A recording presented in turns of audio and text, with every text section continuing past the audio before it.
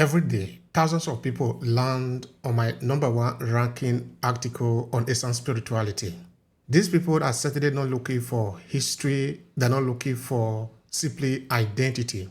They are looking for connection, something deeper about themselves. But what if I told you that this spiritual concept is the modern day key to unlock your business entire ecosystem, to be able to find who you are in the world and to stand out without competing with anybody because you are unique. There is a reason why you are doing what you are doing.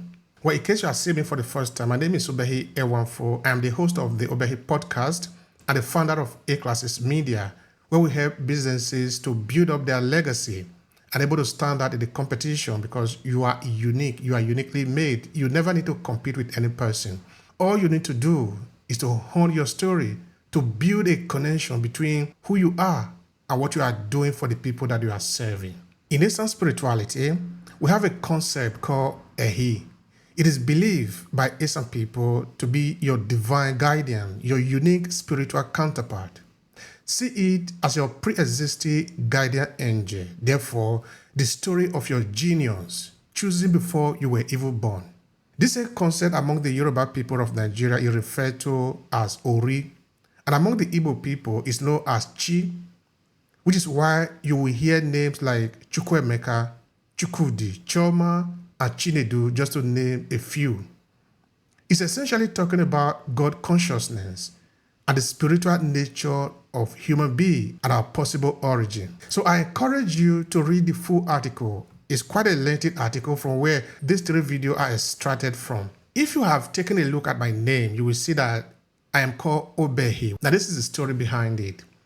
When my mother was pregnant of me, she was expecting a female child. Now let me expand on that a little bit more. In an African context, in Nigeria, every woman of course will be happy to have a daughter who she can send around to be able to help her do some domestic works and all of that. So having have a series of male children, she was praying to have a female child at this point to also help her in doing some of the domestic work. Of course, this is not to say that the male child do not help from pounding yam to going to search for firewood. I remember a number of occasions I've gone into the forest to bring firewood for my mother.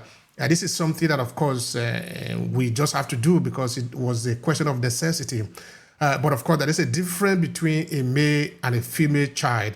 So in this case now, she was expecting to have a female child who will be able to take care of more domestic work because, of course, big boys, we also go around to play and to maybe play a lot, which is something that the daughter or the female children will do less of in that particular context. But when I was born now, she told me she observed the child. Again, it was a male child. Instead of contesting, she simply said, well, it's fate that these two shall be a male child.